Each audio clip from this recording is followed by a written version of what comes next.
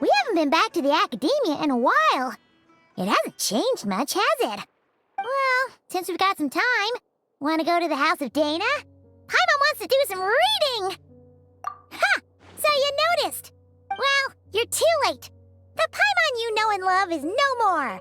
You're looking at Paimon Plus, a new and improved treasure trove of travel know-how. Paimon Plus would like to find some new books to peruse. A gracious traveler like yourself wouldn't leave her companionless on her quest, right? Come on, this way!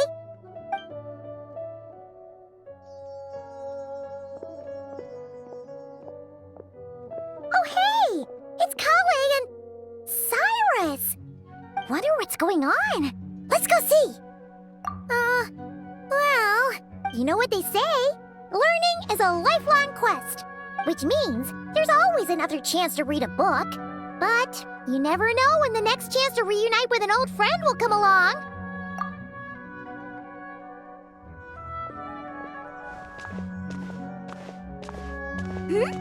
Traveler, Paimon? You're back in Sumeru? Oh, hello, you two. It's been a while. Looking to spend time with some old friends? Yep. We saw some familiar faces, so we came to say hi. Ha! You must be mistaken. Unless, of course, you mean his project collaborator, because that is far more accurate. Nephis, that old coot, should thank his lucky stars he has me on his team. Which is something he'd never have the courage to say to his face. Well, Paimon's glad to see you in such good spirits, Cyrus. Must mean things are all good here in Sumeru. Ah, well, it's quite all right. I'm not the type to take offense at that kind of thing. You definitely are. Anyway, what were you and Kale chatting about just now? Ah, that. Well, it was quite a spontaneous meeting. I was leaving the sage's office when I spotted Kale in conversation with a Mahamata, and it looked serious. I thought something bad might have happened, so I hurried over as soon as the conversation ended. But as it turns out, our Kale is moving up in the world. The academia even hired her as a consultant. Wow! That's incredible! Oh, it's nothing, really. Look at that, so humble. Takes after me, she does. Not at all. Not at all. No, wait. I didn't mean that to sound like I don't think you're humble, Mr. Cyrus, because of course you are.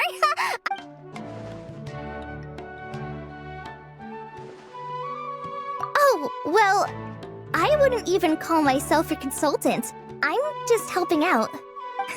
Now that the new semester has started, a lot of students and scholars are doing fieldwork for their research. But it can be dangerous for those who don't have a lot of experience in the wild.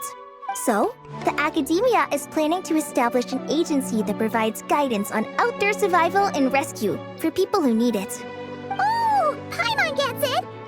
So, you're here to explain rainforest survival as a representative of the forest rangers. Yeah, pretty much. Of course, when it comes to tips on deciphering mechanisms or defeating monsters, that's for people who are far more senior than me to handle. And speaking of which, since we're short on manpower, the person in charge at the academia said we're still accepting newcomers. If you're interested, you're welcome to join and share your insights. Ah, seizing the moment. Well done, Kale. Recruiting someone as capable as the Traveler is a great idea. Oh, and just between the four of us, the academia has set aside a generous amount of funding for this project. Well, since Kale's thrown her hat in the ring, we should help out too. What do you say, Traveler? Great! We're all supposed to meet up in Aru Village later, so I guess we'll regroup there. I was kinda worried, since Master Tainari isn't around to help this time, but now I feel much better. Yeah, even if you don't trust the academia's eye for talent, you can trust ours for sure. And mine, of course. I have as good an eye for people as I do for tomatoes. Well, there you have it. Thanks, everyone. Speaking of Tainari, how are things with him and the others? Good, thanks. All the forest rangers are doing great. Oh, but Master Tainari did mention that Sino and Sethos were heading to Gandharvaville. I'm not sure if it's for work or something else. Knowing them, could just be to play some cards. I'm not sure. Apparently Sethos is bringing someone else with him too. But with my academia commitment, I didn't have time to ask for more details. Well, now Paimon's curious. Should we go check things out, Traveler? That's true, and I'm sure they've missed you. Now that is how it should be between friends. Getting together to play cards or enjoy a meal. Yet here I am, stuck with Nephis, who only ever calls to talk about research. Well, I won't delay your reunion any longer. Until next time. Goodbye, Mr. Cyrus. Take care. Alright, I should probably see you later, guys. Come find me in Aru Village when you're ready. Looking forward to seeing you shine, Kale.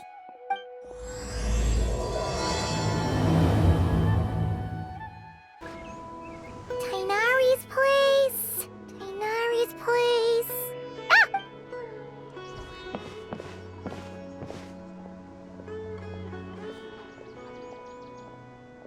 Sino!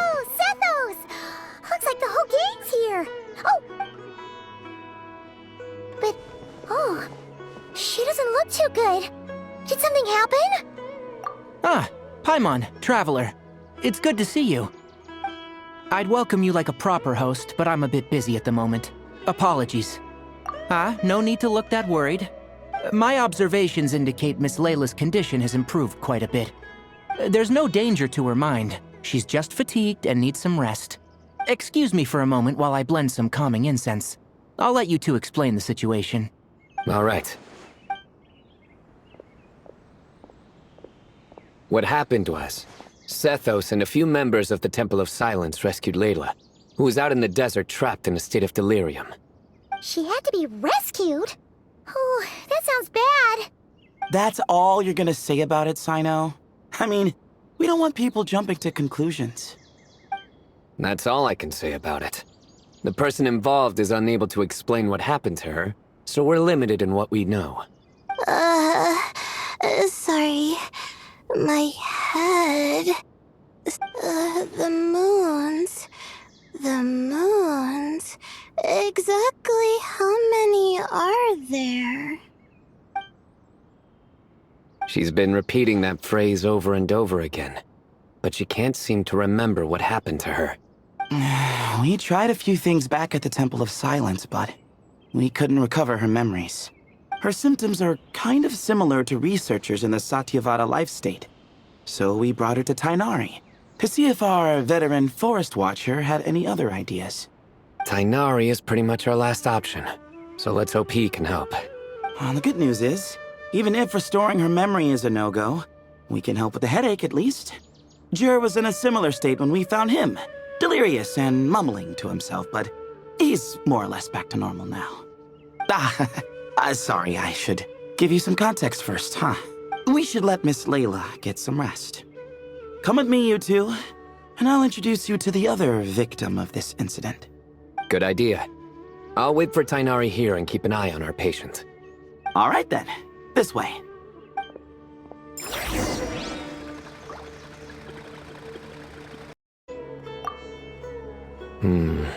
Something strange is going on.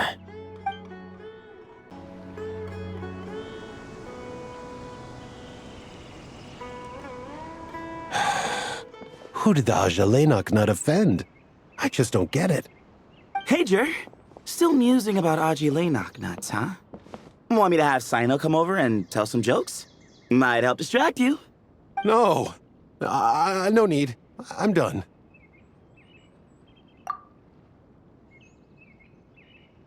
Oh dear. Another master of puns. One of Sino's card buddies, actually. I think I might just take that as my cue to head back to the desert. Hold on. So, what's the deal with the Agilenok nuts? Other than the bad Sino jokes. We'll get to that. But first, introductions are in order. This is Jur, a member of the Temple of Silence. And you remember the Traveler, right, Jur? Of course. I'd never forget a participant in the Rite of Duels or the hero who saved Sumeru. Awesome. Could you go over what happened to you one more time, Jur? Our valiant hero is gonna help us get to the bottom of this. Might as well join since you're here, am I right? Just hear him out. You're gonna want to uncover this mystery once you do. I'd bet on it. Well, I was on an expedition in the desert not too long ago when I got caught in some quicksand. Later, it became obvious it wasn't normal quicksand because instead of sinking to my death, I fell into an undiscovered ruin. In my panic, arms and legs flailing about, I suspect I touched some things I shouldn't have. Because in that brief moment, an enormous amount of information came surging into my mind. I would hesitate to even call it knowledge, because my brain had no capacity to process the information. To use an analogy, it would be like trying to stuff thousands of Agelenok nuts into a small water skin without it bursting. Sorry again with the Agelenok nuts, I know. It's fine. We're getting to that part of the story anyway. True. Well, just as I was on the verge of madness, a single phrase broke through the storm of thoughts in my head. It was a man's voice saying, "Don't eat Agelenok nuts." What? I know it's hard to believe, but that's what happened. I was saved by the phrase, "Don't eat Agelenok nuts."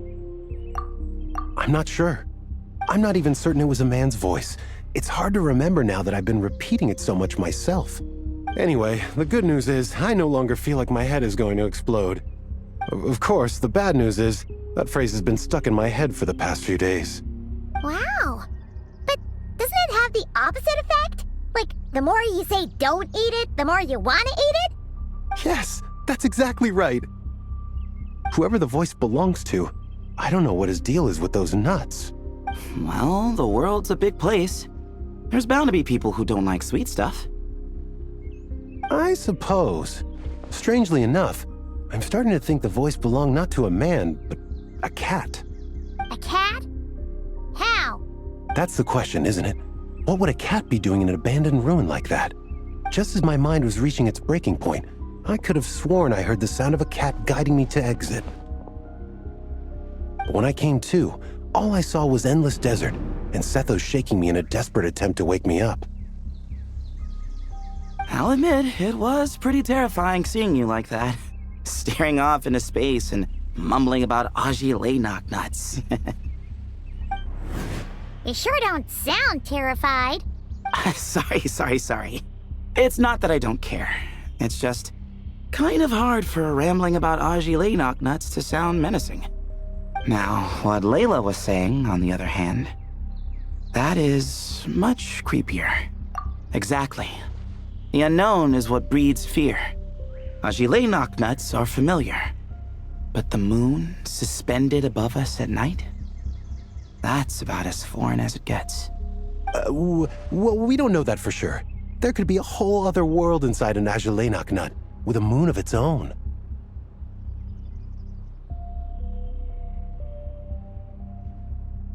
Huh. I guess. Agelenok nuts are not to be underestimated. Right, yeah, of course. Won't catch me disparaging the mighty Agelenok nut. No, sir. Huh. So, a similar thing happened to Layla then?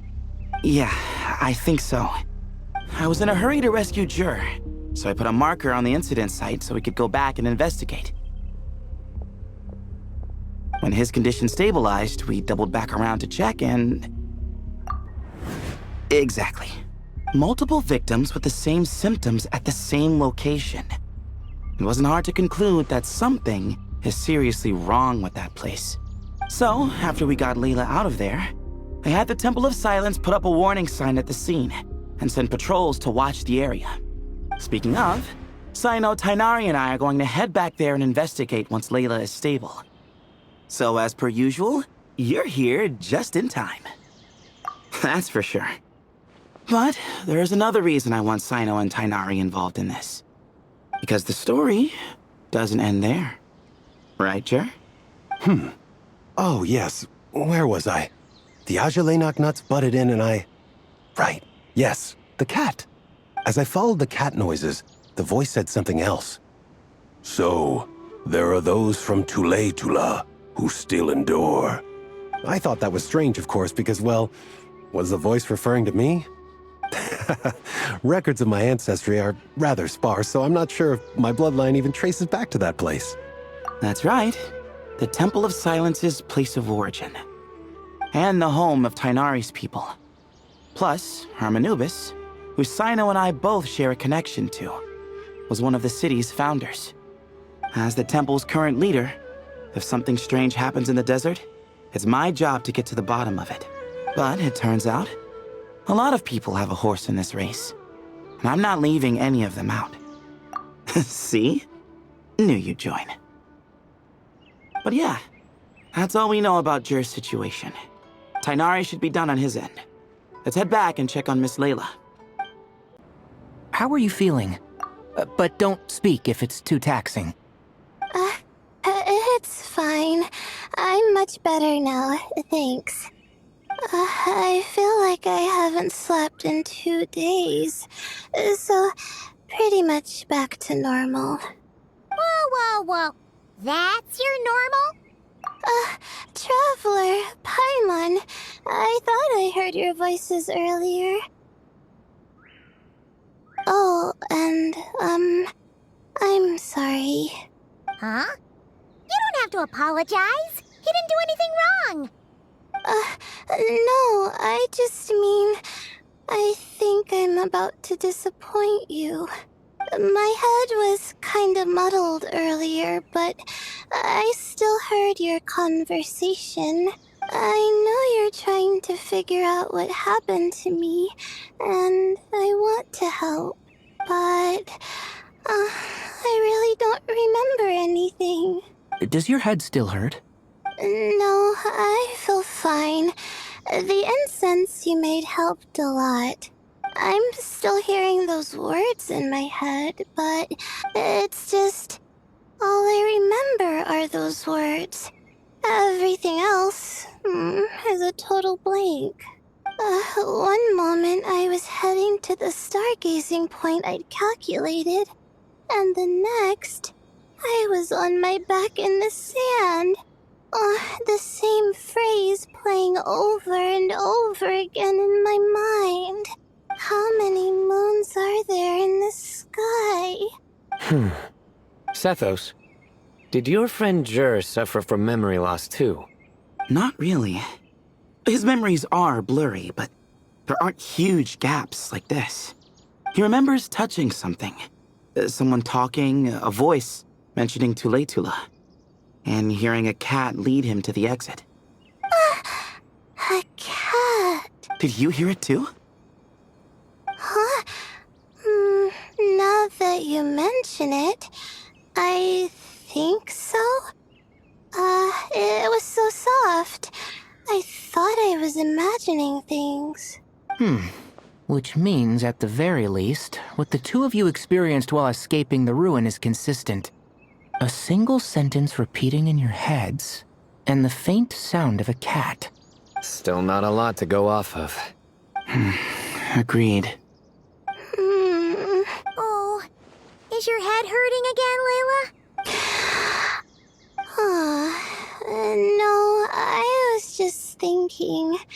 Maybe my memories are blank because I was sleepwalking at the time. Sometimes, my friends and classmates tell me about things I don't remember doing.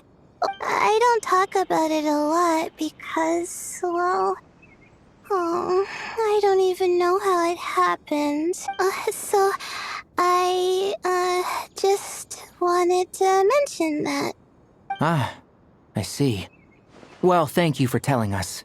But I don't think we need to dwell on that for now. We're gonna check out the site of the incident for ourselves, so that should help us come to our own conclusions. Okay. Then could I come too? I have to know what happened to me back there. Sure, but on one condition. You need to be in tip-top shape before we head out. If your condition isn't stable enough before then, We'll have to figure out something else. Of course. Well, I'm more concerned about Tainari. You sure you'll be alright in the desert? You say that like I'll evaporate on first contact with sand or something. Call it curiosity. If this concerns my ancestors, I want to figure out what's going on. Anyway, as long as I take things slow when the sun's out, I should be fine with the right preparation. Besides, it's a good idea to have a doctor on hand in case of emergencies. So long as our doctor doesn't become the emergency. Well, if that happens, I suppose I'll just have to rely on the kindness of my entourage to haul me back home. All right, well, that all sounds good to me. Let's meet in 2 days like we agreed. Jer and I are gonna head back to the Temple of Silence to do some research in the meantime. See you in a couple days. Sounds good.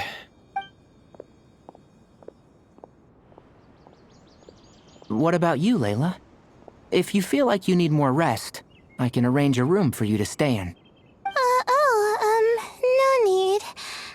Besides, I feel a lot better. You sure? Don't push it too hard. Don't worry, I'll be fine. I have other things I need to do anyway. Like letting my advisor and classmates know that I'm fine. Adjusting my stargazing schedule. Things like that. If I don't get it all done, I doubt I'll be able to sit still. I'm not so sure that's... a much better idea. Of course, if anything starts to feel off, come back for a checkup right away. You'd better listen to him, Layla, or he'll feed you tasteless slop as a punishment. Punishment? You're the one who caught a cold. You're supposed to eat light when that happens. Besides, with your nose stuffed up like that, you couldn't taste anything to begin with. Huh. Is that so? And here I thought it was an in-taste-to-know issue. Should have seen that coming. You're off the clock, so now it's time for puns, huh? Oh, brother, not this again. Don't worry, Paimon. I understand. If you want me to stop, then Then? you'll have to call a plumber. Tell them someone's gotta pipe down. This is getting more insufferable by the second. Put a sock in it already, please.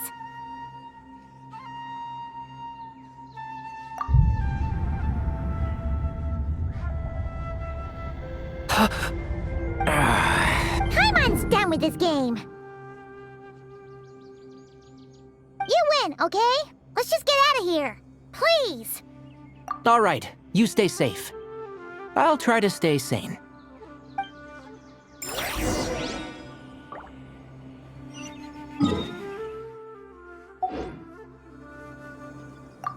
It seems your jokes have improved with practice, Traveler.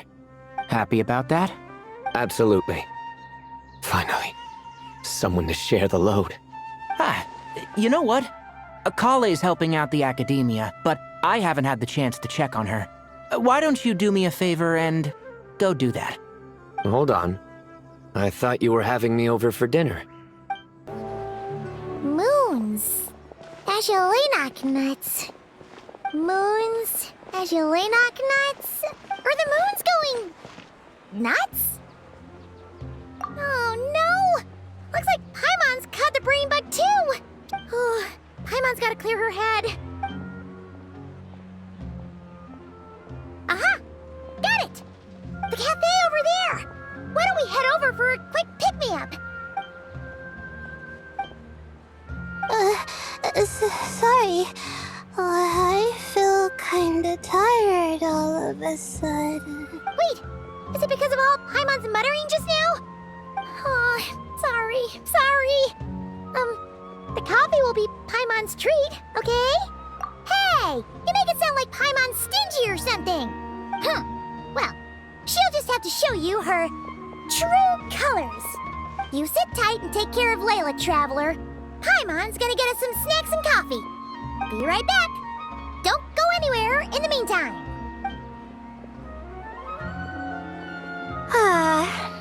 She's pushing herself again as always. Saw right through me, huh? I apologize for the sudden emergence, but I didn't have any other options. Well, that's true. So, for our sake and your safety, allow me to fill in the gaps in her memory. That's right.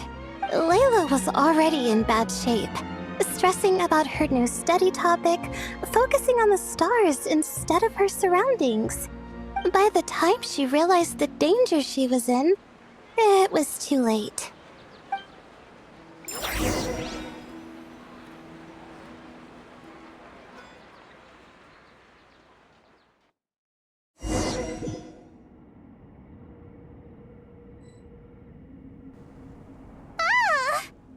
Quicksand near the ideal viewing spot?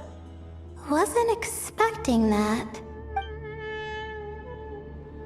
Looks like Layla's been under a lot of pressure lately. She hasn't been paying attention to her surroundings. But why would quicksand lead to a place like this? Well, all in all, looks like a common desert ruin. Guess there's nothing to do but try to find a way out. Oh, Layla, what have you gotten yourself into this time?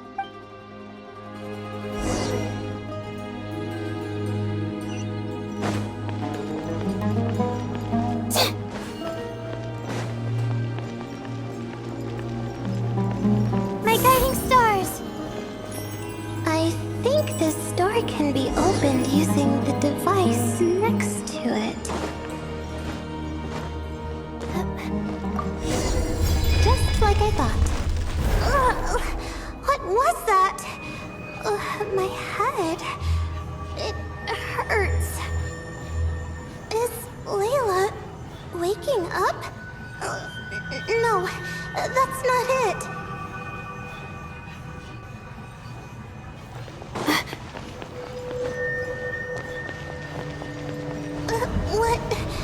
What's going on? It's too much. I don't understand. The ground is... Where am I? It's spinning.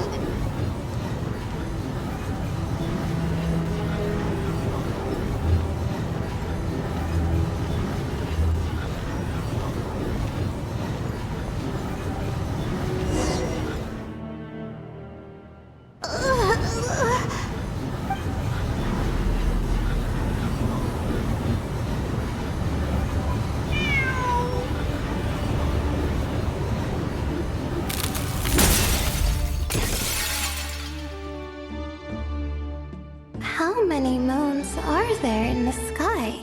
How many moons are there in the sky? Okay, information isn't rushing into my brain anymore. That's good. How many moons are there in the sky? My head hurts, but there are no more dark spots in my vision, and I can see in front of me. Still, how many moons are there in the sky? What's going on? The same thought keeps popping into my head. What does it mean? How many moons are there in the sky? Isn't there just one? A cat? I think there was one earlier, too. I'm not hearing things. It really is a cat. But what is it doing here? How many moons are there? No! Stop it! Does it want me to follow its cries? Well, it's not like I've got other options. Come on, Layla. You can do this.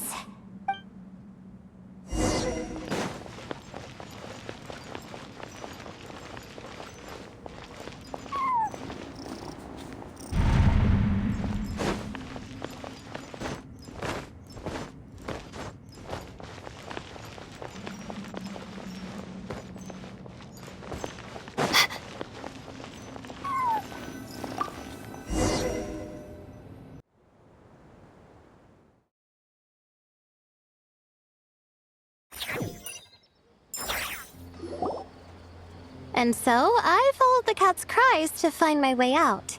It was quite a kind creature. It didn't even leave until the other me started to wake up. Thinking back, it all started when I touched that device. I've heard fellow students talk about it before. How the desert is full of objects that do strange things. Sometimes it's just a minor inconvenience, but other times devices like that can cause massive trouble. Of course. I forgot how much adventuring experience you have. Still, carrying an umbrella doesn't mean you can't get soaked, so just be careful and stay away from unknown devices. No need to thank me. You and Layla are about to head into dangerous territory together. Well, I think that about sums it up. And just in time. Your coffee's here. Traveler? A little help over here?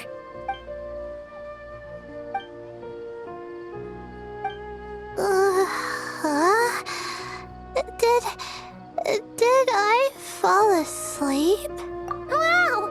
Paimon didn't even know she had such an impressive skill. Ha! Does that mean since Paimon bought this coffee, it would just make you sleepier?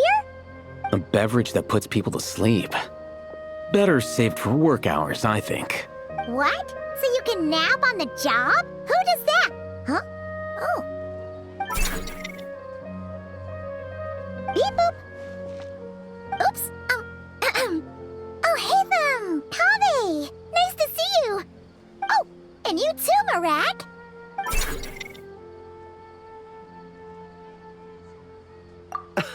Sorry. Hope we're not interrupting anything. Miss Layla, you don't look so good. Is everything all right? I'm fine. I was sleeping just now, so I'm still a bit... I see. And we woke you, didn't we? I'm sorry. We shouldn't have been so loud. No, you didn't. Wait, where are you going? You just got here! I'm going to do what I came here to do. Which is? Buy coffee beans. Huh? You're going too? Marak! Fine. Run off with him. See if I care. Well, looks like I get you to myself. It's been a while, hasn't it? How have you been? So, a busy life of adventuring for you, and a busy life of academics for Miss Layla, is that right? Oh, is something wrong? The desert's not always the friendliest place, that's for sure.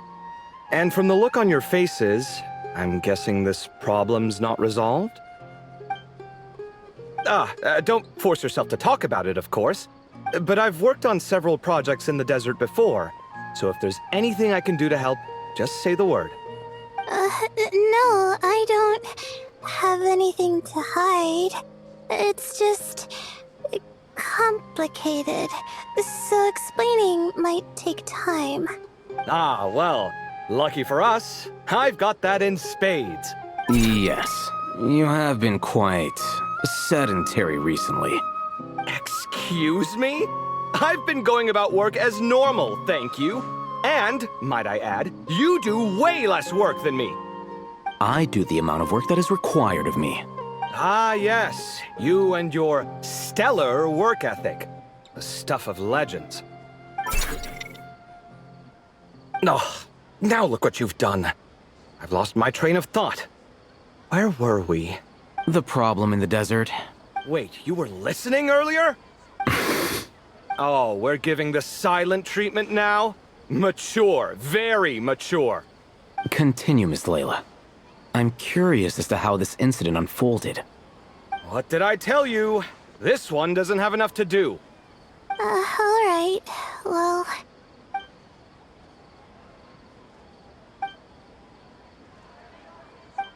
Could you still use some extra hands on this investigation team of yours? Huh? You want to join, Mr. Kaveh? That's right. I think my experience studying desert mausoleums could be of some use here. Alhatham's expertise in ancient languages could be helpful too. Besides, I consider you all to be my friends, and friends are supposed to help each other out. Wait, I'm involved in this now? Oh, please, I know you. Half the battle was over the minute you said you were curious. We couldn't stop you from joining if we tried. Well, you've got me there. Besides, this suitcase of yours has been jumping at the chance to volunteer for a while now. I imagine You imagine? mechanical life forms might also feel homesick from time to time. Huh. Now that you mention it, Marak's core was a component sourced from the desert. That could prove useful. You're sure you want to come with us? It could be dangerous. Oh, I'm sure. All the more reason to recruit as much help as possible. It's important to count on friends at times like these. Our pleasure. It's a plan, then.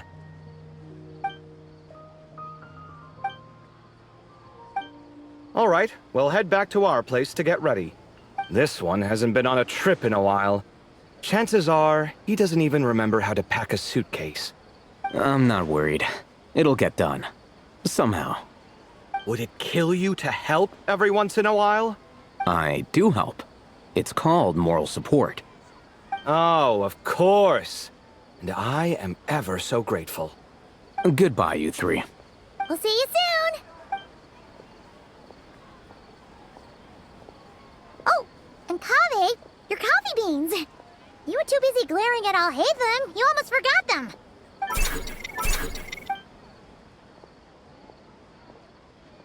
Well, we're pretty close to the academia now. I should be fine from here. Thanks for the coffee, Paimon. I feel much better now. Right. I'll follow the doctor's orders. With the blessing of the stars, I hope we all get a good night's sleep.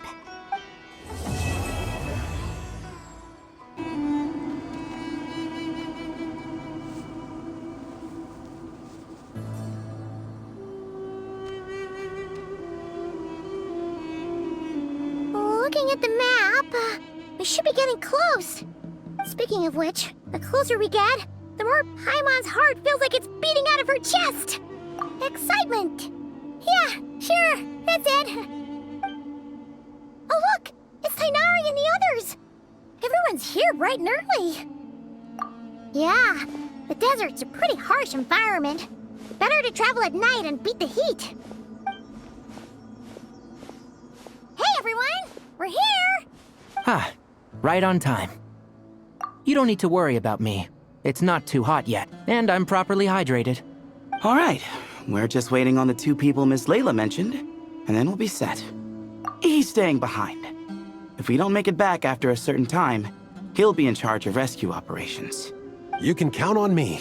Nice! You thought of everything! Oh, and Cyrus said he'll be in Aru Village, so he's also available if we need help. Haha! Amazing!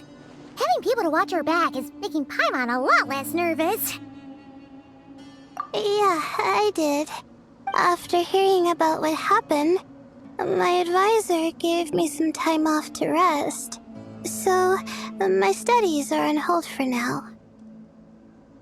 Then, does your advisor know you're back in the desert to investigate? Yes, but I was only allowed to come after I mentioned that General Mahamatra would be there too. Haha! Quite the reputation you've got there, Sino. Something wrong? You haven't said a word this whole time. Are you in a bad mood or something? No. Being skilled with words also means being a good listener. I'm just reflecting on what you're saying. Oh, Hatham! Kaveh! Ha! Over here! Darn it. I was just setting up a brilliant... Yeah. I'm sure you'll find another chance. The important thing is, our scribe and our renowned architect are here at last. High praise. But wait, Why am I renowned and not him? He's just as famous as Sino, Dia, or Nilu. That just means your level of fame is even greater. How could a lowly scribe hold a candle to you?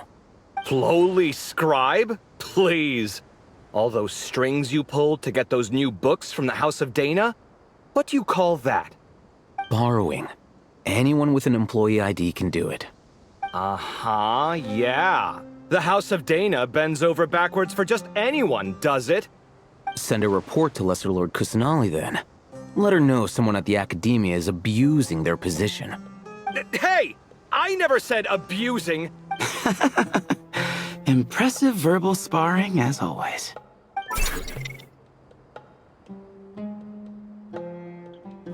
Oh, hello to you too, Marak. Well, looks like your assistant is raring to go, Kaveh.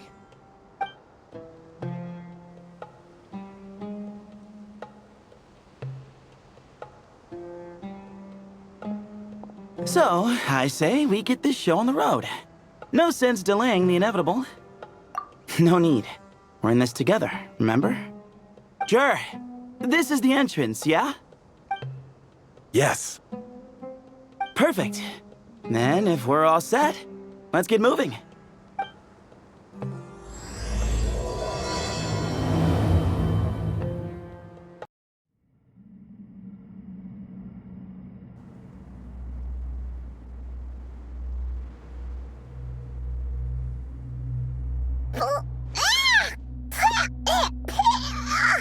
Paimon's mouth is full of sand! Ugh. So that's what falling into quicksand feels like? If this was quicksand, we would have struggled to breathe. No. I think this was regular sand, and we didn't sink into it. We fell through it. Into this place. Agreed. In other words, sounds like a you problem, Paimon. Ha ha, very funny. No wait, Paimon's the only one. Ha! See? What? I'm the only one with sand in my shoes? Yeah, right.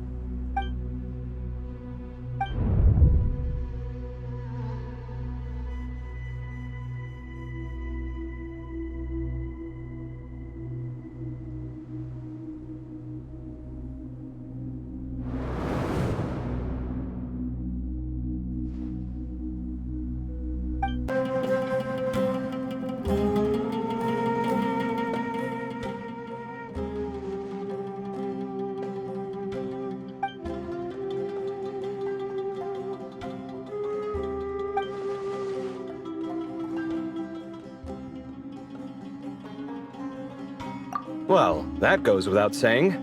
Fair point. There's just one problem, though. The only way forward is through that door. Ooh! Is it time to hunt for a key? Paimon loves this part. Don't worry. With our adventuring experience, we'll find it no problem.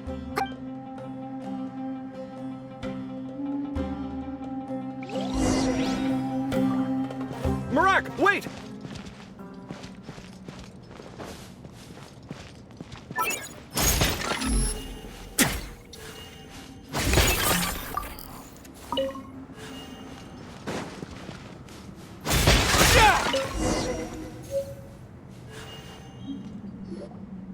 Marak, this isn't really your old home, is it?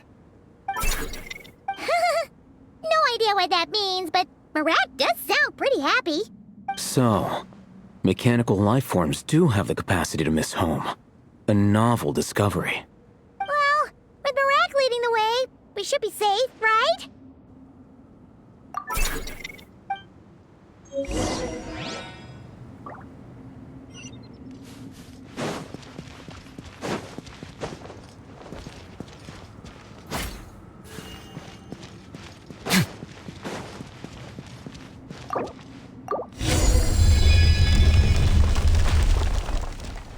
Good thing you decided to join, Kaveh.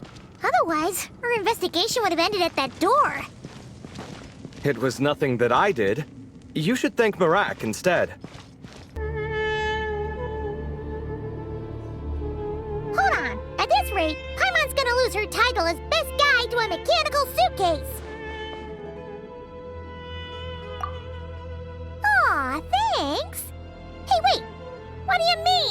useless.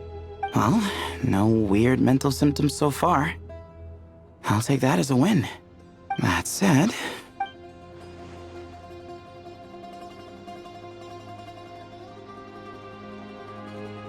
There are 3 doors here. So, we split up. Divide and conquer. Otherwise, this whole thing is in ruins. No pun intended on that last part. I swear. Yeah, that might be our best option. Good idea. And the minute things go south, we go back the way we came. Ooh, this is getting exciting! So, who's teaming up with who? Paimon calls dibs on the Traveler!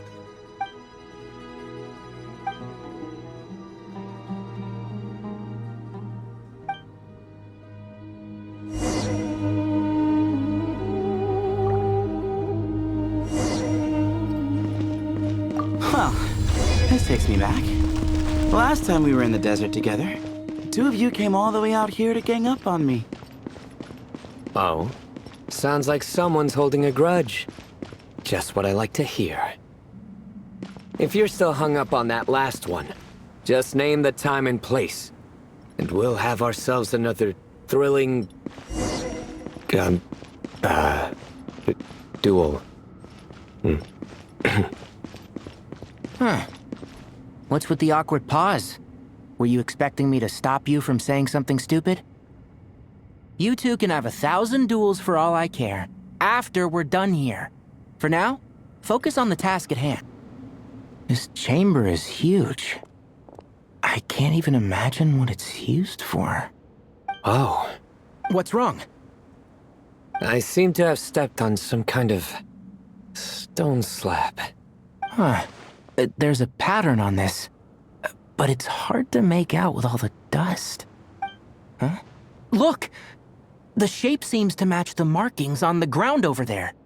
Let's slot it in and see.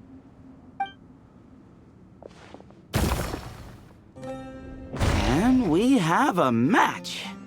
Looks like we need to find the other 3 broken slabs.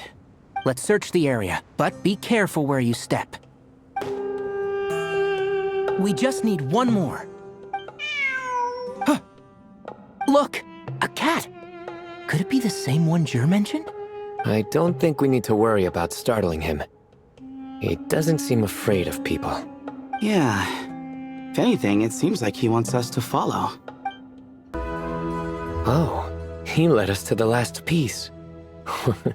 Who's a good kitty? I never thought I'd hear you say something like that. You've clearly never heard how the professor talks to his tomatoes, then.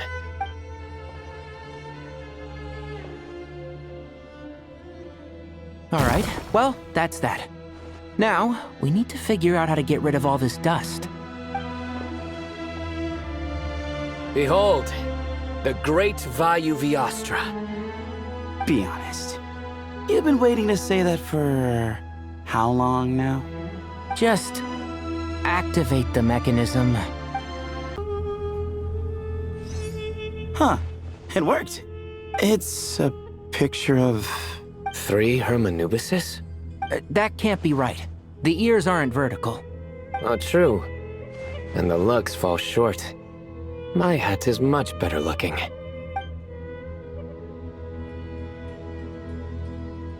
A goat, an ibis, and a crocodile. Oh, wow. Our botanist knows more than just plants. Riveting observation. I was just thinking. These 3 figures look a lot like the 7 pillars of King Deshret. That's right. These are our colleagues. Our what now? You sure about that? Just kidding. But what I meant by that is, these were Hermanubis' colleagues back then. The middle one is the Goat King Harashef, Minister of Ministers, the god Amun's most trusted chancellor. Records say he was the deputy king of the Desert Sands, chief among the 7 pillars. Someone even more impressive than Hermanubis? I wonder if that ever got his goat. Sorry, couldn't resist. Okay, that was a good one. Wait, really? I've got so much more where that came from. Where were we? This is Sopik, the Crocodile King, captain of captains. As the name suggests, he was a valiant commander and had dominion over all weapons of war. And finally, this is the Ibis King Thoth, scribe of scribes. Your memory's pretty impressive. I bet you're almost as good as me at memorizing cards. A scribe? Did he manage archives then? Like Alhaitham? Wait, that's all Alhaitham does? I never knew being an academia scribe was such a cushy job. Well, that's how his friend put it, anyway. But it does seem like he has a lot of free time. Well, I don't know much about the academia, but I'm sure the Ibis King had more responsibilities than that. The temple's records say he represented the wisest aspects of King Deshret, inventing the desert script and arcane arts at his king's command. He must have been quite the impressive man then. Or creature, depending on how you look at it. Still, why are these three the only ones represented here? What about the other pillars of King Deshret? Maybe because the three of them were extra close? Huh. Kinda like us. Oh yeah! Maybe we should have someone inscribe us on a commemorative stone slab too. Or we could just take a picture. It would serve the same purpose. Anyway, no more distractions. Huh. Doesn't it look like there's writing carved into the corner? Huh. There is. And it's in the ancient desert script too. Looks like the Ibis King left you some homework. Give me a sec. I'll try and translate it. The ministers are unvirtuous. The scribes unwise. The captains unworthy. My end is not humanity's end. Hereby bestow upon you all the far side of eternity. Wait, so they went to Aru? It doesn't sound like it was their idea. The far side of eternity is said to be the final land of dreams for all desert dwellers. But if such a place did exist, wouldn't it also be an inescapable prison? Yes, and based on the writing here, it's clear King Deshret wasn't pleased with these three. This gift he bestowed upon them seems more like a punishment. Such is the power of a king, I suppose. Which means the goat's the one who got in the end. Huh. Yep, not as good the second time. What? Impossible. Well, looks like that's all we can learn here. Should we keep going? Yes, no time to waste.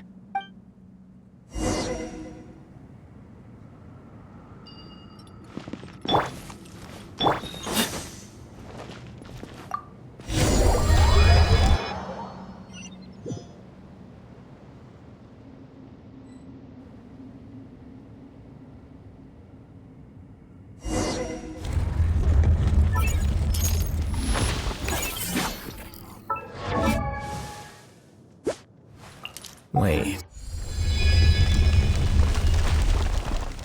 Jeez, who knew a suitcase could be so fast? Marak is nothing like this when it comes to housework. Hey, wait up! A scout's job is to take the lead. Just let Marak figure it out. Easy for you to say. I'll be the one doing the repairs if something happens. Why don't you go scout ahead then? When I think of a comeback, I'll let you know. Oh, Marak stopped. What is it? Found something? Looks like something covered in sand. Let's get it out then. Oh, it's a stone slab. Good job, Marak. Let's take a look. Huh. Looks like this part of the picture goes over there?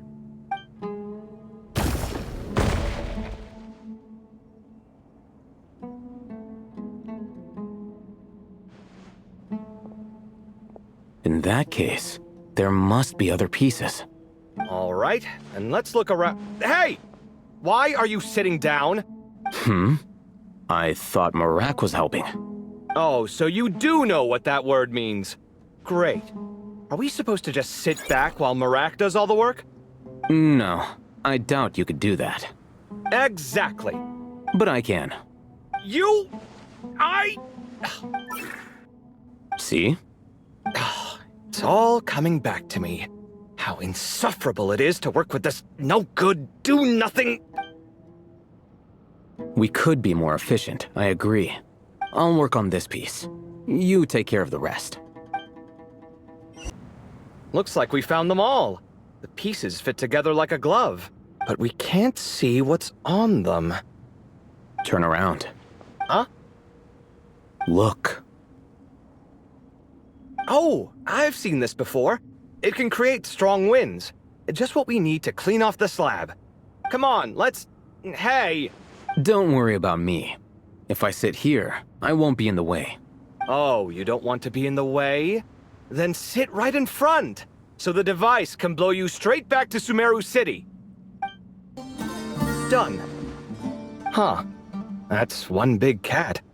And there's a shattered crown. I think it's depicting some kind of story. Look, there's writing too. The Ibis King answered the young noble, granting him the wisdom he sought.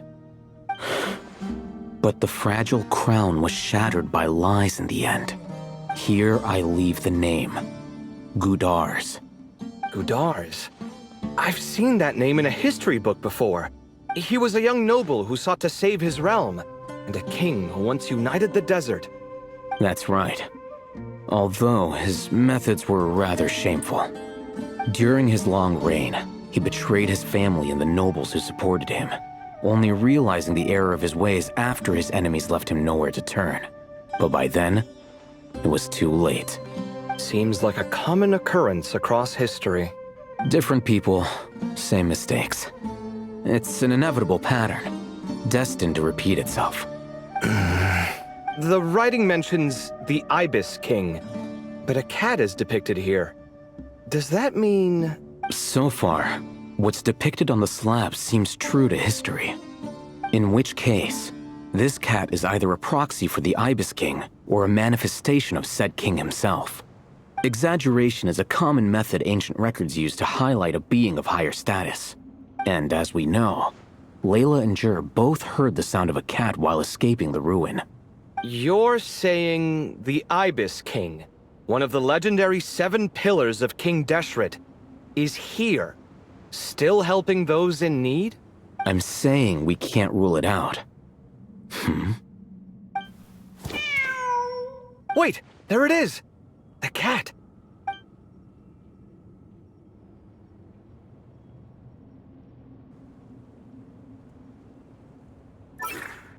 Ah! Marak went after him! The cat's showing us the way forward. Come, let's follow. Okay.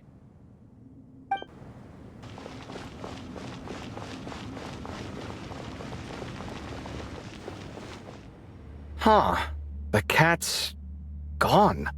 Yes, but look where he led us. Oh. Another slab. It looks similar to the last one.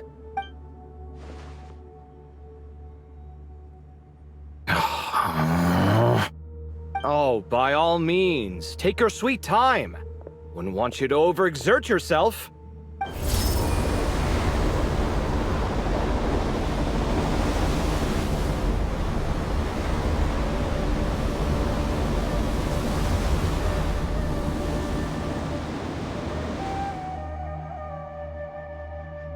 Huh. The scene depicted here... Seems to be a different tale. The Ibis King answered the gin-blooded dancing girl, granting her the wisdom she sought. But enemies plotted to kill her close kin. Snake venom was her self-chosen end. Here I leave the name. Makaira. The Temptress of Woe? You've heard of her? Of course. I don't just sit around doodling all day. She's mentioned in tons of papers about the desert. As I recall, she was given as a gift to the tyrant king of Gurabad, and later seized the opportunity to kill him. After getting her vengeance, she reigned as queen for many years, until her enemies attempted a coup, and she took her own life. That's more or less the version I've read as well. It seems this queen also had dealings with the Ibis King. Yeah, I'm starting to find this whole granting wisdom business a bit concerning. I mean, considering how Gudars and Makaira ended up, it might not have been a good thing. But, at the same time, if the cat guiding us is linked to the Ibis King, then he doesn't seem like a villain either. People are complicated. And the same is true of the servants of the gods, no matter their wisdom or power. Let's reserve judgment for now and keep moving.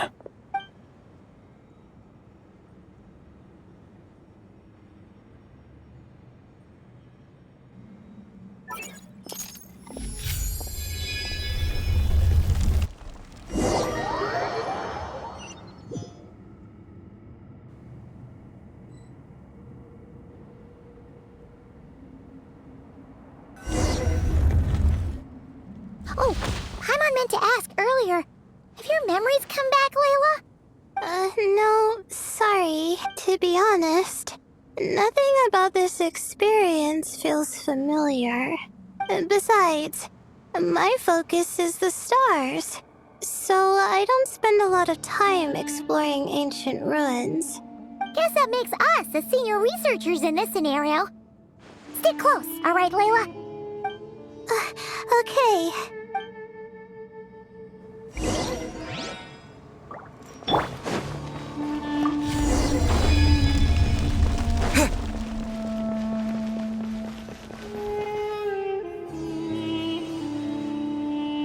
Wow. What a tall ceiling. Yeah. For such a big place, it's so empty. Like no one ever lived here. Sure must have been boring to live in ancient times, staring at ceilings all day. Now that you mention it, I've heard some people used to draw star maps on their vaulted ceilings. Some might even make them transparent to better observe the movement of the stars. It sounds so nice. Stargazing from the comfort of your own home. Wait a second. I think I see something up there. Huh? How is Paimon supposed to do that? Oh, right. Flying. Duh. All right. Sit tight, everyone. Adventurer Paimon will be right back.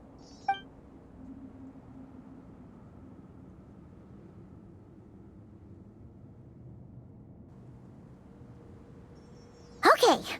So, there's nothing super special up there. Just a couple of shelves, tables, jars, and scrolls. And a whole bunch of dust, dirt, and sand. You really want to search through all that stuff? Well, when you put it that way, come on then. Let's see what we've got. Thanks. I'll stick close. I think that's everything. Most of the documents are in the ancient desert script, except these ones. These seem old as well, but the handwriting makes them stand out. Right. Let's arrange them in chronological order before we read through.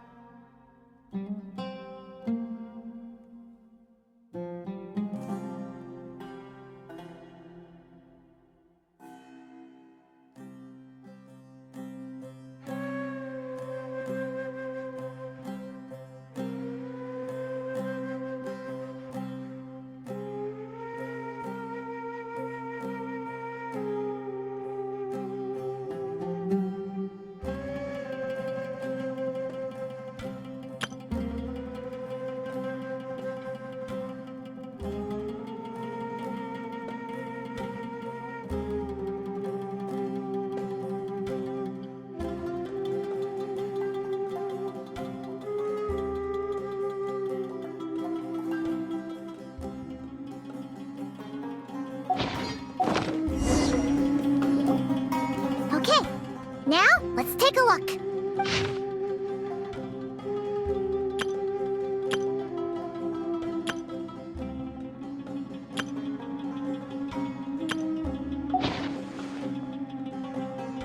Maybe this person fell in by accident, like Mr. Jur and me. Yeah, maybe. But they don't sound super worried about their situation. So, either this person's an ace adventurer, like the Traveler, or some kind of super optimist. An optimist, huh? Oh, I wish That's right! You're detailed and passionate. Great qualities for an adventuring buddy. This optimist seems super obsessed with exploring every corner of this place. That could have gotten them in big trouble for all we know. Well, I appreciate the compliment. It's almost magical how words like that can make you feel like you can do anything. I only wish that magic could last a little longer. Oh, looks like you were spot on, Paimon. See? Told ya! That's what happens when you don't think things through. And all this talk about seniors and juniors, he was a student just like you, Layla. Whew, he sure talks a big talk for a student, though. You'd think he was some kind of old scholar instead. Huh. What is it? Did Paimon say something wrong? No, not at all. I was just thinking, and this might sound rude, but the way this person speaks is just so... you noticed too. I mean, it's good that he helped treat his companion's wound, but it didn't seem like it was out of kindness. More like he was looking out for his own self-interest. I don't know. Maybe I'm reading too much into it. Yeah. If you're both in this dangerous situation together, wouldn't you mention them at least once? If it were Paimon, she would write down the name of every single person she was with. No one would be able to get away. Actually, I find Paimon's approach quite sensible. It makes sense from a safety perspective, too. That way, if anyone came to the rescue, the notes would be able to tell them everything they needed to know. Whoa! That's genius-level thinking! Well, I learned that from Madame Farzan, actually. Oh, no! I'm just a student. It's fine! You taught us something, so you're our teacher. Simple as that. Anyway, from the looks of things, the student who left these notes behind was pretty weird. Whoa! Hang on! That's a lot of information. The Ibis King. So, did this person actually meet the Ibis King here? Sorry. Who? Jeez, not again! Stop teasing her, Traveler! You know she was asking about Nefer. Anyway, Nefer's, a friend of ours. And she's mentioned the Ibis King before, but not in much detail.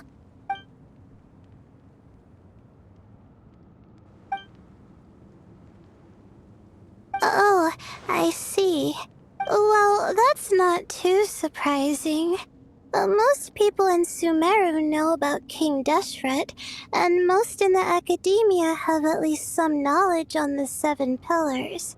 Legend has it, King Deshret ruled the desert at the head of several wise retainers, guiding their people to pursue the limits of wisdom. He also left behind treasures for future generations, which continue to be relevant in nearly every research discipline. Now, this message indicates this student and his senior were rescued by the Ibis King. But to think it's possible to meet him in a place like this. We don't know when these notes were written, but didn't the Seven Pillars disappear a long time ago?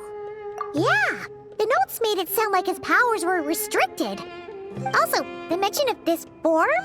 What is that supposed to mean? I'm not sure. Let's keep reading. Oh, this is the last page. There's even a signature at the end. Well, sounds like they made it out. Guess it was a happy ending after all. Wait. But it says, the Ibis King cannot be trusted. Huh. Our friend said something similar. That the Ibis King was a liar. And the notes did make it seem like something wasn't quite right with him. Maybe he wasn't one of the Seven Pillars at all, but some kind of con artist. Great, Ibis King. If you heard that, Paimon didn't mean it. Please forgive her. Don't trap us here. I think Paimon raises a good point. Let's keep our guard up just in case. Alright, I think that's all the clues around here. How about we... Oh, it's Marak! That means Kaveh and the others should be around here, right? Hello? Anyone up there? Yeah, we can! You know, sound travels just fine in an empty chamber like this. You don't have to shout. Of course, if you're shouting to express your excitement at being reunited, by all means, pretend I never said anything. Yelling like this is kinda exhausting. Come on, let's head back down.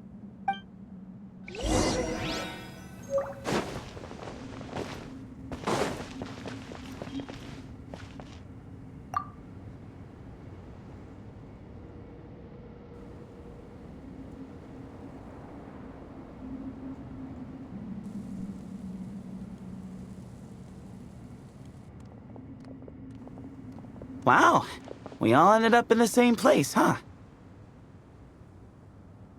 Yeah, what a coincidence. Indeed. Or as I like to call it, the chai factor.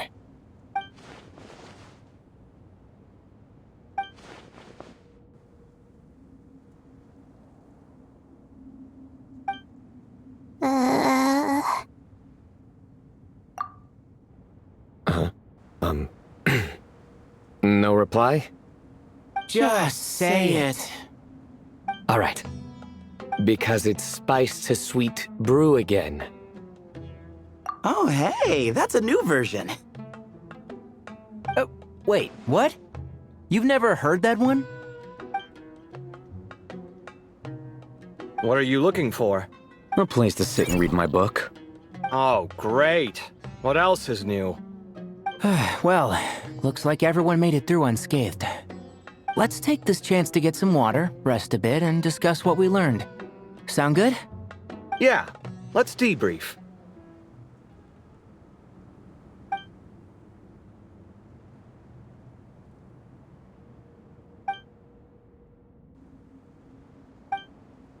Okay, so we all learned a lot, but it feels like we ended up with even more questions. Yeah, but one thing's for sure. This place is tied to the Ibis King in some way. Hey, Sino. You're the current representative of Hermanubis. Can you call him up for a sec? Of course. Just let me sense his presence.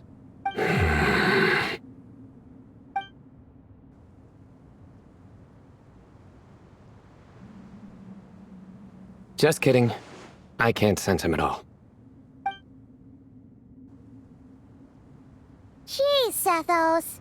Did you set him up for that one? What are you, a two-man act? Sorry, Herman Nubis isn't like the Ibis King. He can possess me, but I can't talk to him whenever I want. Oh, truly? Does that mean he's gone?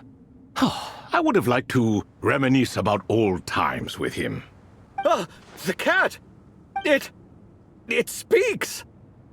Of course it speaks. In fact, it is not an it at all. You do me a great offense. My apologies. Esteemed cats, sir? Oh, this little contraption is still here. Contraption? No, this is Marak. Which means you do his assistant a great offense. Huh? Well, I didn't mean...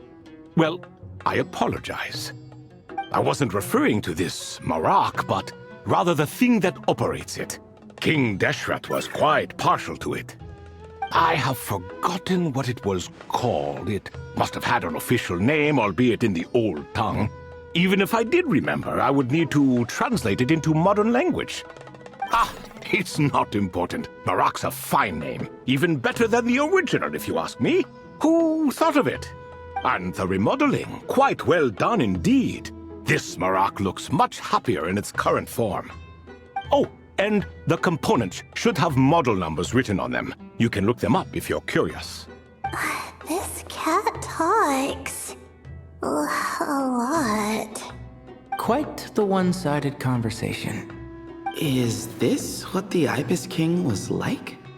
He seems quite eloquent. I wonder if he plays cards. Ha! I knew Marak was a great name. Go me. Let's see, what page was I on again? Should have brought a bookmark. That all went over Paimon's head.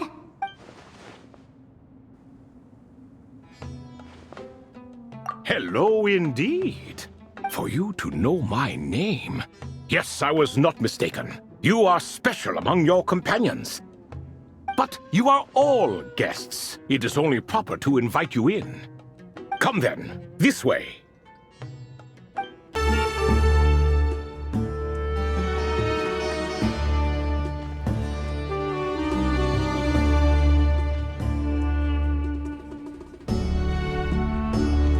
Welcome to my humble abode.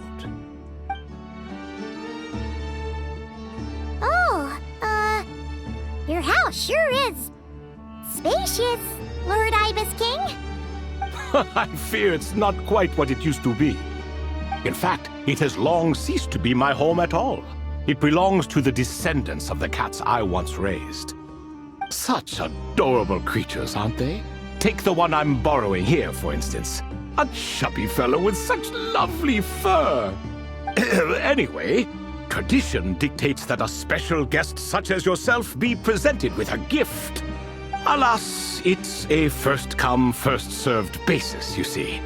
I fear with the passage of time, none are left. What? So the treasure's gone already? Treasure, you say? Not an inaccurate description. Yes, and no. I have the power to grant gifts inaccessible to the masses.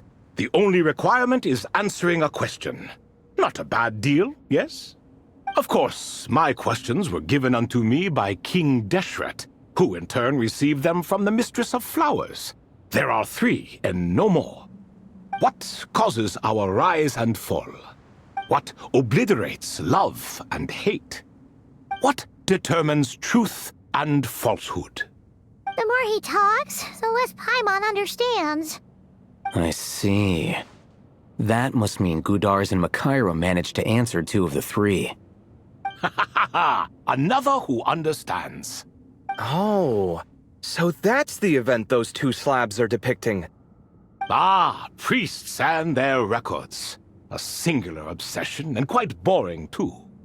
After being imprisoned within Aru, I could, on occasion, take the form of a cat to converse with those around me. But I despised speaking to them.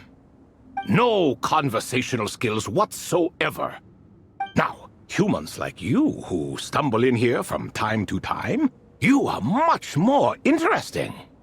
Hold on! We're getting off topic again. The 3 questions you just mentioned? What are they for, exactly? Ah, that is a story that begins with King Deshret. And we're in for another long one. Nostalgia for the past is common to us all, is it not? And our king, he was such a proud, solemn man in those days. He watched us speak of the present and the future, of the wisdom we possessed or were about to obtain. We were his proud retainers, confident in our belief that, so long as each one of us used our abilities to the fullest, progress was inevitable. Yet, King Deshret's ambition was not destined to be allowed in a closed-off world such as this. So nothing went as planned. In fact, from the beginning, there were signs an outcome of this nature was inevitable. Because although there were 7 pillars, one was forever absent. Al-Ahmar would insist the Dendro Dragon Sovereign was one of us, but the dragon herself rejected that idea. Huh. Like a card you can never seem to draw from your deck. More like a card that was never in the deck to begin with. Alas, that's just who Al-Ahmar was. There was nothing we could do about that. And I always preferred chess to cards. In the end, life grew unbearable for our king. But, of course, those who remain must continue to live on. But subjects like us were less fortunate. After all, the fate of a retainer is decided by the king, including the chance to walk away. So it was then that King Deshret had Kroko, Goti, and I locked up within Aru, where we remain to this day. Krako. Goti? Ah, of course. You're more familiar with their full names. Sobek, the Crocodile King, and Hereshef, the Goat King. And let me tell you, when it comes to chess, Hereshef was a habitual backseat strategist, always spewing nonsense from the sidelines. Well, Sobek was all too quick to take his terrible advice, to the point where I was the one who got accused of cheating. Chess is an exercise in patience, and that man couldn't sit still to save his life. He could never excel at that game. In fact, neither of them were good at chess. Even so, we played together often. And since I was always the winner, we got along quite well. What are you laughing at? Were we not good friends? No one's laughing. Paimon would never. No, not you. It's Goti. He's laughing for no reason again. Can you not hear him? Ah, right. Of course you can't. The two of them are inside Aru, as am I, so only I can hear them. What is even going on here? Has he, started to lose it after being trapped for so long? That does happen to prisoners serving life sentences. Speaking of which, how's Azar doing these days? I doubt he's doing much of anything. Just what I wanted to hear. What is the meaning of this? You doubt my words? I have half a mind to not talk at all. Oh, no. They're not questioning you, Lord Ibis King, just discussing other things. Please, continue. In that case, where were we? Getting to the part about the 3 questions. Hopefully. Ah yes, we're almost there. Before I entered Aru, King Deshret said I could be released from my eternal seal if I chose humans who could provide the correct answers to those 3 questions. The first person who caught my eye was Gudarz. I asked him, "What causes our rise and fall?" He answered, "Conspiracy and betrayal, for it renders the righteous and wise unable to succeed, and thus nations fall." I found his answer quite interesting, so I bestowed upon him the power to deceive. The second human I chose was Makaira. I asked her, "What obliterates love and hate?" She said unto me, I have nothing left to lose. Vengeance alone can quench both love and hate. I found this to be another fascinating response. So I granted her the power to be loved. But both of them ended up... Now then, young one, riddle me this. Did their answers point to this fate, or was it the power I bestowed upon them that determined their end? I'm just an observer who doesn't understand their circumstances, so I can't answer. A clever reply. I do not wish to comment either. It is all in the past at this point. My only wish was for their answers to be acknowledged by King Deshret's rules, and bring me one step closer to freedom. As for the final person, her fate remains to be seen, so I will not reveal her name. I asked her, what determines truth and falsehood? And found her answer quite compelling, so I bestowed upon her a gift to match. As you can see, however, I have not been freed, so it's clear the answer she gave at that time was wrong. But alas, 3 people were chosen and 3 questions were asked. So now all I can do is wait. Wait until her wisdom is in line with the rules set forth by my king. Until she has found the true answer to that question. No wonder there was no third stone slab then. Or perhaps you're just not ready to include her in the story. Though that might be a generous interpretation. Well, it's not merely because her story remains unfinished. As the remaining priests of this place left or passed on, there were none left to record the events that followed. Besides, stone slabs are few and far between in the Great Red Sands. In the sprawling desert, very few things or people even manage to leave a trace. But sometimes I can't help but wonder if that young man from several centuries ago had been willing to answer my question. Would I have left Aru by now? Wait, so there was someone else? Of course, it has been thousands of years after all. All sorts of people have stumbled upon this place, but I only chose the special ones. That young man had such a singular intelligence, though his companion, by contrast, was rather average. The author of those notes we found? The student named Zandik? Ah, yes, I think that was his name. In truth, I was unsure whether I should grant him my third remaining gift. He was, of course, exceedingly clever, but he was also mistrustful and narcissistic in equal measure, and there did not seem to be a line he was unwilling to cross.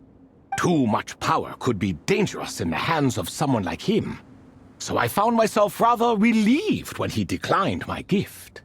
Oh, he turned you down? Did he give a reason? Yes, he said he didn't need it. I still remember the look in his eyes. Nothing stood out per se, and still I could sense contempt and disdain radiating from his gaze. I could not give an exact reason, but on instinct I just knew it would not end well to get close to a man like that. So, I tricked him. Stick close to your companion, I said. Only the descendants of Tuletula can come and go as they please. Leave him behind, and there is no escape for you. So, does that mean his companion wasn't a descendant of Tuletula? Oh no, that part was true. The lie was in the other half. Anyone can enter or exit this place. There are no restrictions.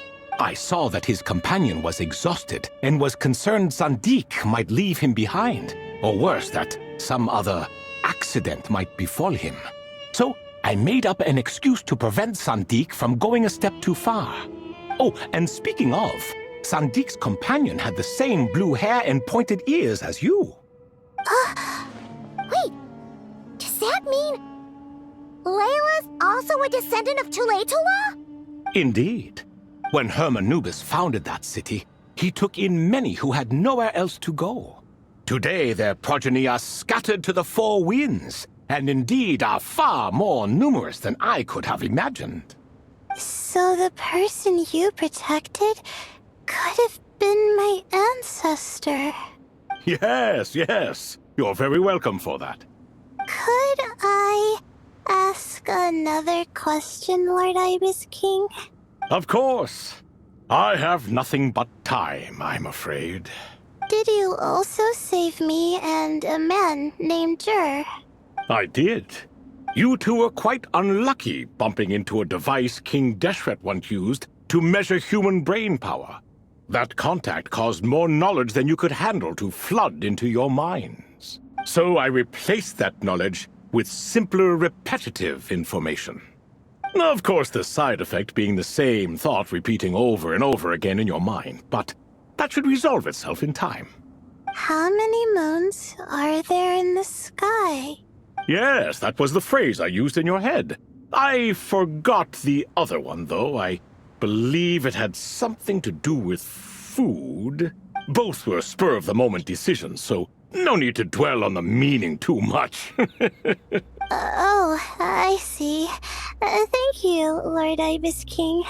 As I said, young one, you are most welcome.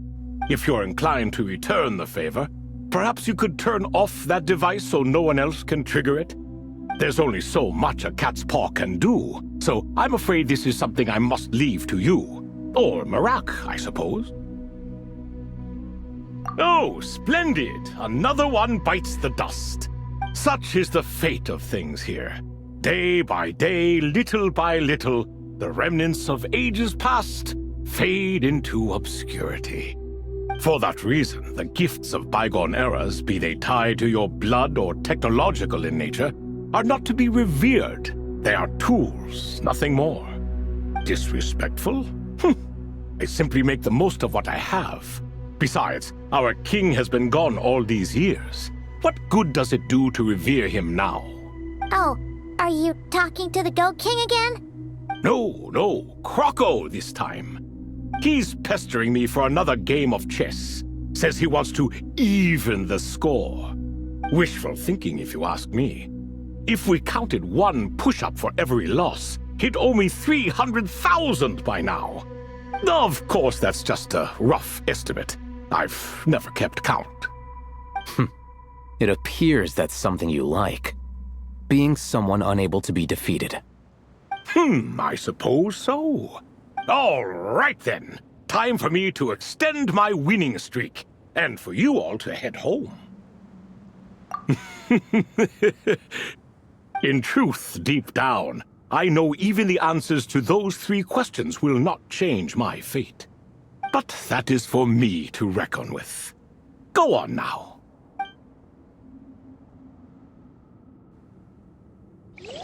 Excuse me. Do you even know what time it is? I've harvested 3 crops of tomatoes while you've been gone. You're exaggerating, Professor. I'm making a point. There's a difference. Sincerest apologies for keeping you waiting, Professor Cyrus. See, that's what I call manners. Now, are any of you hurt? Nope. It went way smoother than we expected, actually. I presume the investigation is complete then. Come, tell me all about it. Oh my, did you look out? If you've read the work from the Vahumana Dashan, you would know that the Ibis King has, well, let's call it a mixed record. Perhaps he softened up a bit in his old age, and that's why he chose to help you. Or perhaps he just didn't have a good enough reason not to help us. See? Marak agrees. How do you even know that's what Marak meant? In any case, there's a lot to be happy about. We figured out what happened to Layla and Jur, and there were some unexpected takeaways too. Yeah, I never expected to learn about my ancestry. I've always thought of myself as just an ordinary student. I never would have even considered something like that could be true. Come to think of it, our ancestors might even have been friends at some point. Huh? You're right. Maybe I should take a trip back home to see if I can find any records about that. Oh, I was just throwing that out there.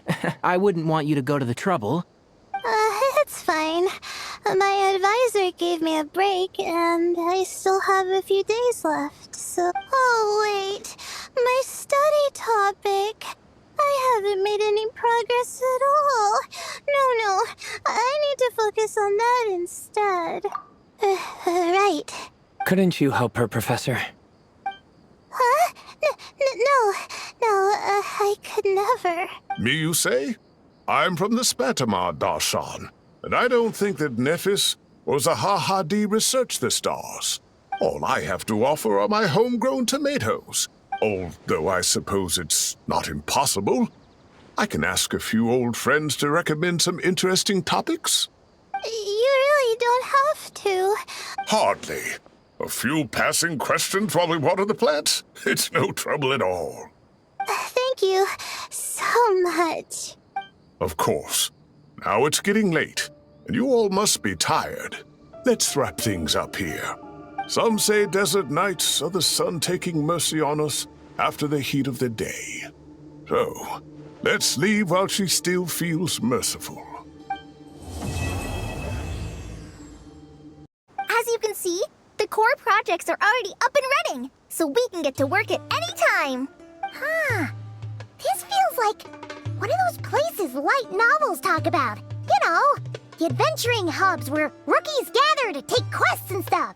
Oh, and almost like a school festival at the same time, with everyone getting together to learn and then forming teams to hone their skills. Well, this place isn't quite as decked out as a school festival, but Master Tainari said the academia plans to be generous with the resources.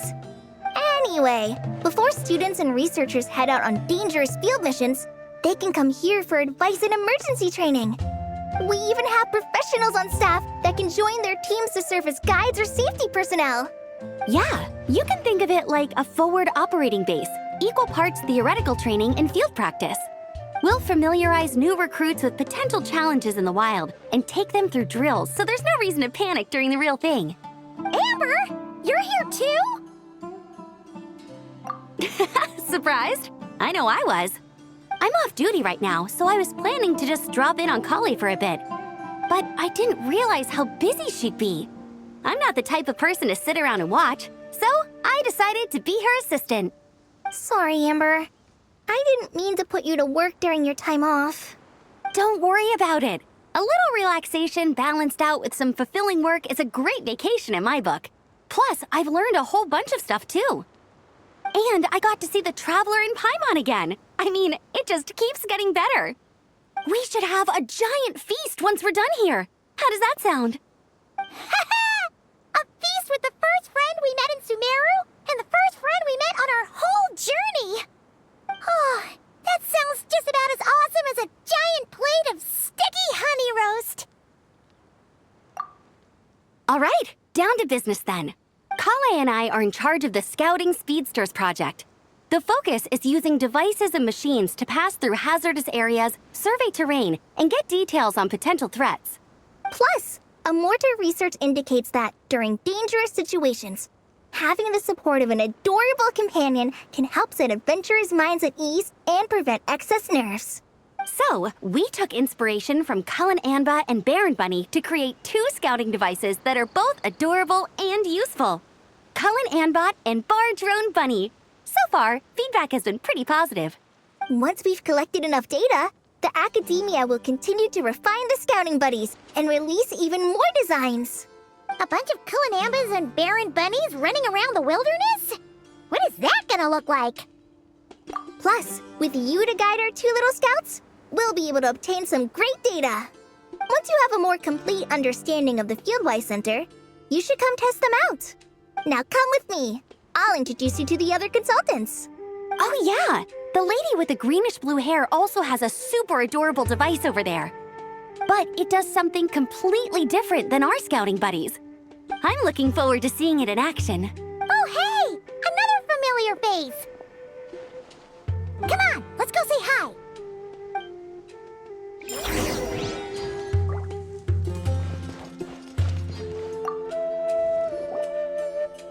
really that popular. The internal locomotion mechanism is clever enough, and the execution on the terrain recognition, remote control, and weight detection modules isn't bad.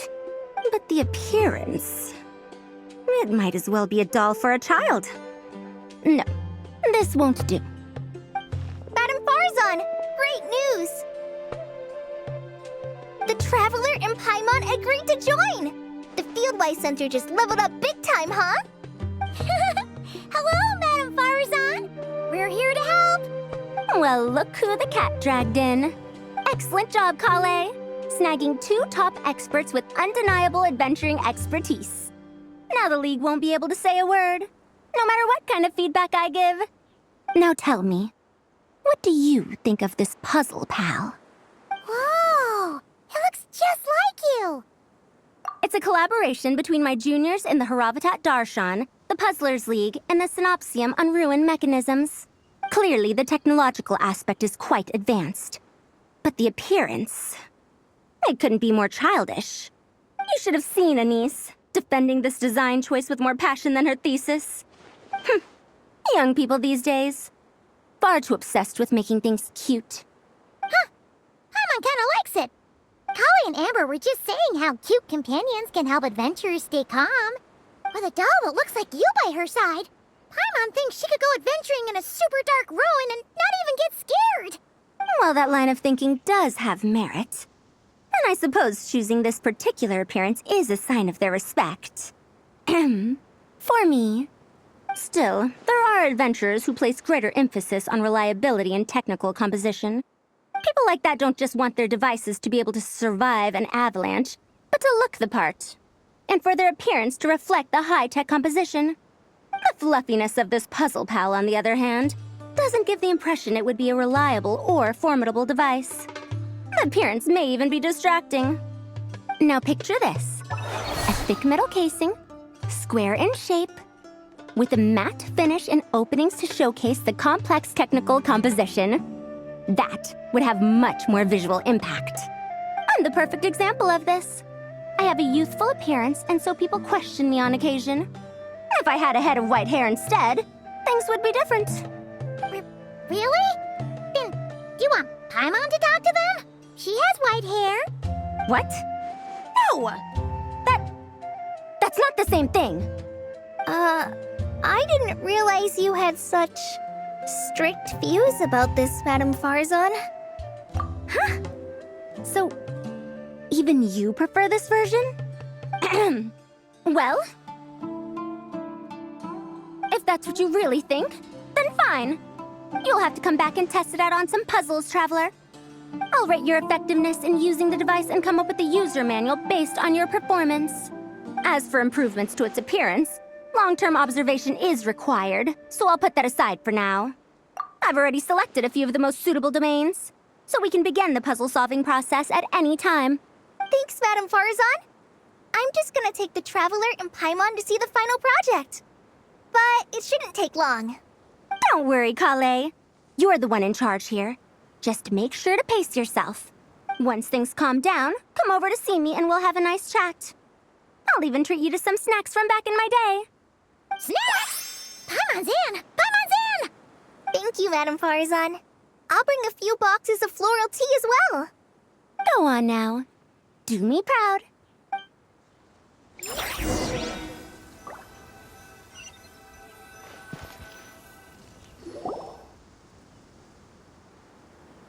This last one is a long-term project we're calling the Security Division. Thanks to General Mahamatra Sino, we've been able to bring Dia on as the instructor and Candace as the coordinator. They're putting together a combat test right now, but they should be back soon. Hey, looking for us? I guess we showed up right on cue then. Wait, the Traveler and Paimon are joining as well? That makes things a whole lot easier. Sorry for keeping you waiting, everyone. But we managed to bring back some good intel. Intel? Huh, this is starting to sound intense. Of course. What better way to protect the students than to sweep through the desert and rid it of all potential dangers? Not a bad plan, right? You in? Not the best time for jokes, Dia. Besides, when it comes to striking down danger, the Traveler is a man on a mission. He might take you up on that offer. Defeating anything that might pose a threat?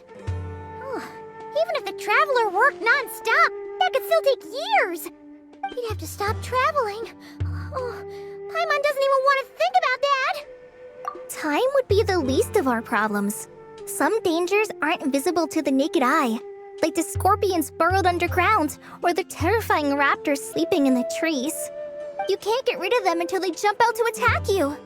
For situations like these, we'd have to combine Madame Farason's recommendations with Amber's approach to scouting, calculating our chances of encountering enemies and our expected operation times. Whoa, whoa, whoa, pencils down, everyone. That was just a joke. The Security Division's goal is a lot simpler, actually. We're just here to ensure that fieldwork teams include trained combat personnel. Some of this work has been entrusted to the Blazing Beasts and other mercenaries, but members of investigation teams who pass the combat test can also qualify. Before an investigation team is allowed to head into a dangerous area, the group must include at least 2 professionals who have passed the assessment. And Dia and I were just out collecting intel on the best place to hold the test. We found a domain filled with monsters and bandits of all levels. Hopefully, they don't mind us borrowing their stomping ground for a bit. It'll only cost them a few smacks on the head. Oh, so we just need to supervise, right? That's right. Participant safety is our utmost priority.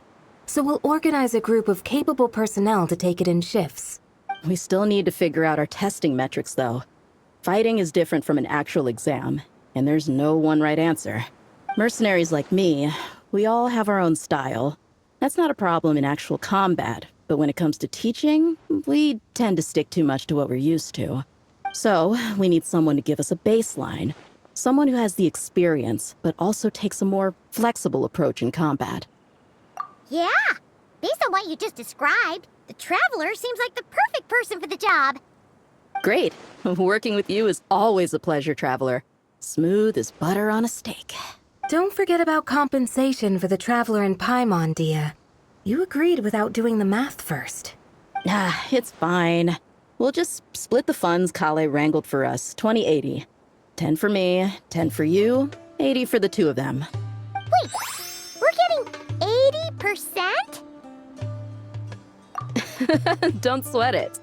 We're just in charge of the long-term operations. You're the one setting the metrics for the whole thing. So I think we got the better end of the deal. We've talked about a partnership in the past, haven't we? Well then, consider this the perfect place to start. Then I'll draw up a detailed overview of the compensation so it's clear for everyone. That'd be great. And don't worry, Miss Candace. About that piece of land you're leasing to the academia, the one used for grain storage, I managed to get them to agree to a 30% increase in their rent payments. Oh, thank you. Those funds will go to fixing up some of the village facilities, which should make for a more comfortable experience when investigation teams stop there in the future. All right, we should finish up our arrangements for the combat test. Stop by our station when you're ready, Traveler. See you soon. Oh, you sure are the beating heart of this operation, Kale. He brought the whole gang together. Oh, no. I'm just doing what I can. I still have so much to learn, so much work to coordinate. But for now, let's just give it our all. You bet! We'll make the Fieldwise Center the best it can be! The Fieldwise Center is getting a lot of praise from important scholars all throughout the academia. Soon, they'll send a team of specialists to take over the management of this place based on our recommendations. So, thank you for all the support. Wow, sounds like your hard work paid off, Kale. And you're overseeing the transition yourself. Well done. The young students today could learn a thing or two from you, Kale. Your confidence, your proactiveness, your leadership. It's admirable. Not like some of the ones I teach. So focused on theses and research with no practical skills to speak of. To be honest, I don't feel all that confident. Being the go-between for all the different Darshans, coordinating everything, I still can't quite believe I managed it. Oh, but the Traveler and Paimon played a huge role in that too. Yeah, we're used to this kind of work. So for us, this was more like a super special camping trip with friends. You know, a few puzzles here, a little exercise there. It was super fun. Pretty much a piece of cake. Oh, man. Now Paimon's hungry. Hey, now that we're all done, why don't we go get some food to celebrate? Candace and I are 2 steps ahead of you. This way, everyone.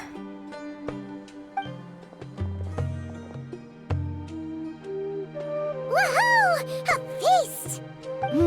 Perfect timing. Oh, it's been a while since we've had such a delicious spread of dishes from Sumeru. Paimon feels like she could eat twice as much. No, 3 times as much as normal. Huh, is that a challenge? Careful what you wish for. We have your wallet to think about. It's been a while since I've had food from the desert region. It's nothing like I remember. Now this is the real deal. Everything I've tried before pales in comparison. That means a lot, Madame Farazan.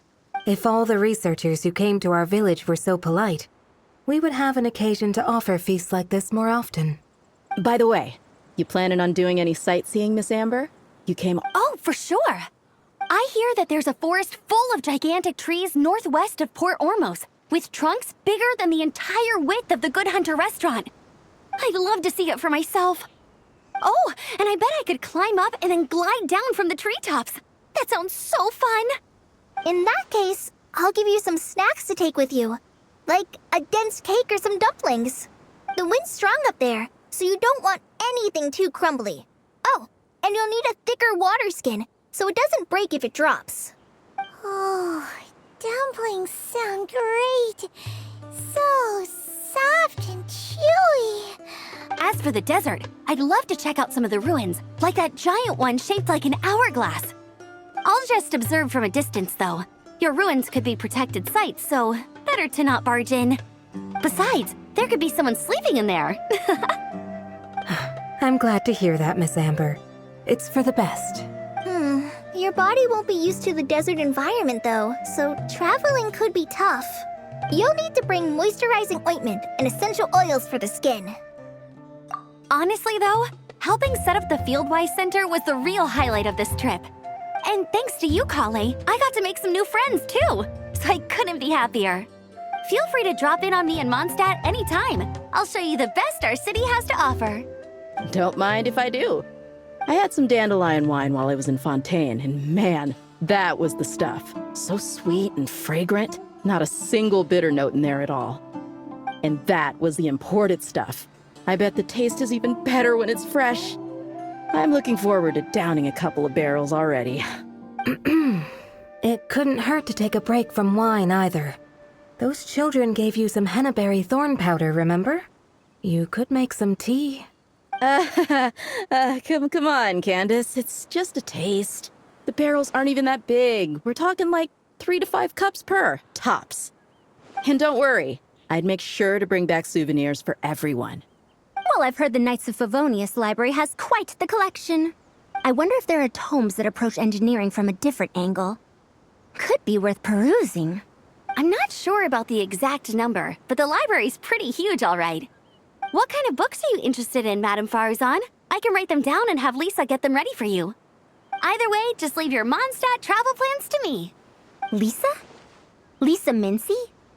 Cyrus's prize student who he never stops bragging about? So that's where she's hiding. Ah, this is kind of nice, isn't it? Friends of ours meeting other friends of ours, then becoming friends in their own right. Yeah!